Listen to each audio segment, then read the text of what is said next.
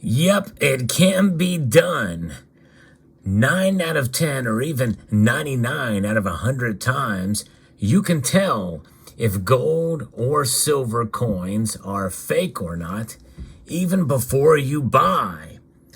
I'll explain as we explore.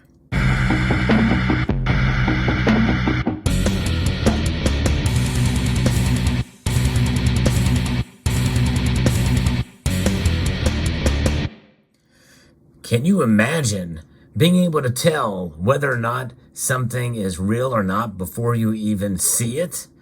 And sometimes it seems impossible to think about how can you tell without looking at it? Well, it's by the numbers that I gave you before. It's the statistics, the probability of that being the case. Now, there is exceptions, and I'll explain that momentarily. I've got a real-world example in my lap right now. But nonetheless, I'm going to be referencing a story that talks about this that was sent to me by Silver Honda, who drives a blue Honda. And if you enjoy stories like this and educational videos on precious metals, I hope you will consider pressing that thumbs up button down below and also subscribing to the channel as well. This story comes to us out of Ohio from Fox8.com, and it utilizes a practice that is maybe not as common these days, and that is common sense. Yes, indeed. I wish it were more common, but many times it's not. But this is the red flag, a big red flag, how police caught a man charged with selling phony gold. So common sense happens on both sides of the fence in this case. In North Ridgeville, Ohio, an investigation by North Ridgeville police found that all that glitters is not necessarily gold in this case. A detective say an investor who purchased what he thought was a $20,000 worth of gold coins and bars from a dealer by the name of Giovanni was actually buying scrap metal with a coating of gold. Investors say Giovanni, whose real name is Philip Kovalchik III, reached out to investors on Craigslist and Facebook Marketplace offering gold bars and coins at a discount. And now buying fake gold is a very expensive mistake. But you know what? Buying fake silver is too. And there are plenty of sites out there that sell fake silver. I've actually featured them on this channel. But nonetheless, Detective John Zingale told Fox 8, I would say it's a pretty big red flag. Gold is pretty standardized in what they call spot price. It's pretty well known among collectors that if you're getting it below that, there's probably something bad about the situation. In other words, the old adage stands true to this day. If it's too good to be true, then most likely it is. I use that term. I'm using my words very carefully, even though many times I don't on this channel, but I appreciate everybody putting up with me regardless. The first customer who purchased the bars and coins from Giovanni the gold dealer later sold some of the items to another investor, who it turns out was more experienced and wise in buying and selling gold. He went home and started looking at it and believed it didn't look right. Based on the dimensions, the weight, there was just something off about it. And he believed that he has actually been sold fake gold instead, said Detective Zingale. But the thing is that other investor, I don't think was as experienced as was led to believe in this piece, because he questioned it after he got it home, after he had already bought it. The thing is most of us can tell just by looking at it, picking it up and feeling it. And we can see that there is something distinct about gold coins, especially if we understand what we're buying here and understand the nature of the intricacies of the design and the security features that are on a lot of different products these days. And sadly, this is a horrible example of security features on these two coins, because the United States Mint barely punted with their security features with a missing reed, which is really not much. But the thing is that I have seen advertisements and pictures of fake Silver Eagles dated 2021 and 2022 that did not have the missing reed. So, which just goes to show you that these scammers are brazen, and that they're going ahead and producing these things knowing that a lot of people aren't going to be looking at the edge like that. What you need is something much more profound in a visual security feature like what the Britannia has to offer. But that's beside the point. You don't even need to look at them to decide whether or not it's a good idea to buy or not. We've already been told the answer to the story, but I'm gonna talk about it a little bit more when we finish this article, because the story, it gets interesting, and where the second area of common sense is lost on this thief. Police took the coins and bars to a jeweler who used the latest equipment to determine that the man had in fact been sold counterfeit gold.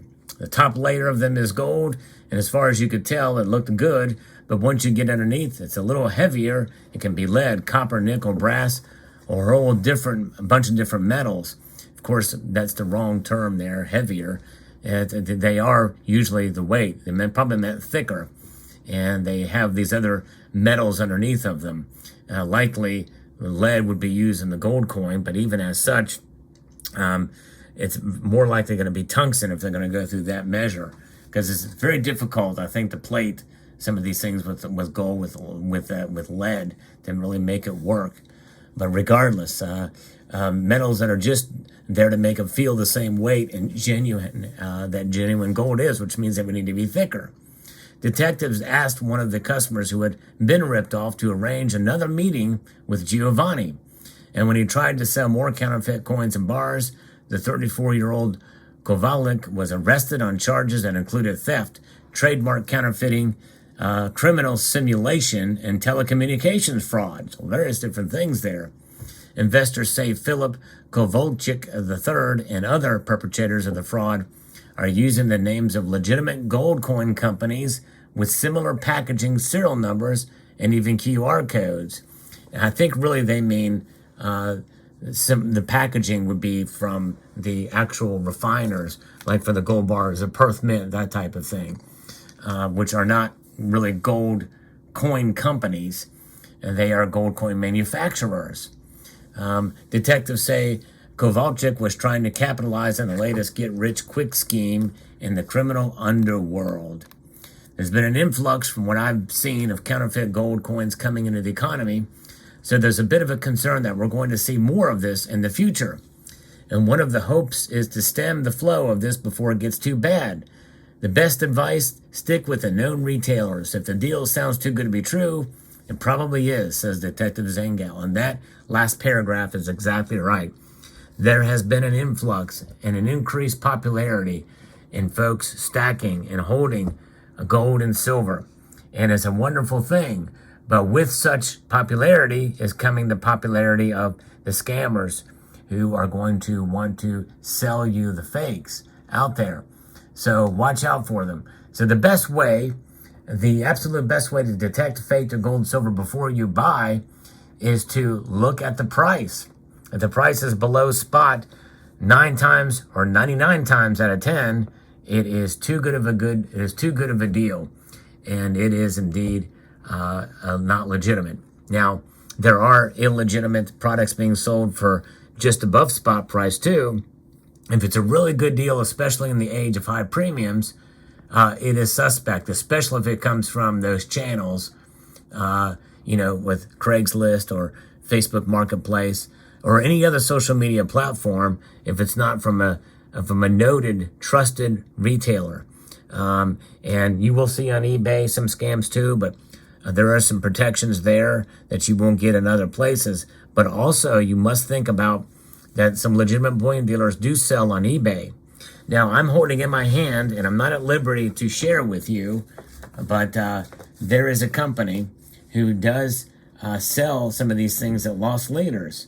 And I've seen this happen, and I've done business with some of these companies before, under the guise of, well, it's a loss leader. We'll see what it's like to see if they're legitimate. And if you are dealing with a business that has a really good deal, and you've never heard of them before, if you use your credit card, then there's where your protection is in place, because you can fight through the credit card company, most likely to get your money back. But be very careful. There's still a risk. I took a risk, and I talked about it on my channel from time to time. But I just got a flyer in the mail with a couple of deals for, yes, under spot. But I know the company, and and have done business with them before. And so likely I'll probably buy something, but I don't know exactly when. I'm kind of tapped out now. But there's always a risk whenever you do that type of thing. So just be very careful out there. So there you have it. Let me know what your thoughts are in the comment section below. Be safe. The best way to detect fake gold and silver before you buy is to look at the price. If it's below spot, you know it's suspect. If it's even just a little bit above spot, always be wary, especially if it's coming from a place like Craigslist, Facebook Marketplace, or from a private seller of any sort. Be very careful out there. Stay in touch. Educate yourself. And let me know what your thoughts are in the comment section below. I'd like to extend a multitude of gratitude to you all for taking the time to watch. Thanks again to Silver Honda for sharing this with me. And I'm going to encourage you all to please rate, share, comment, and subscribe.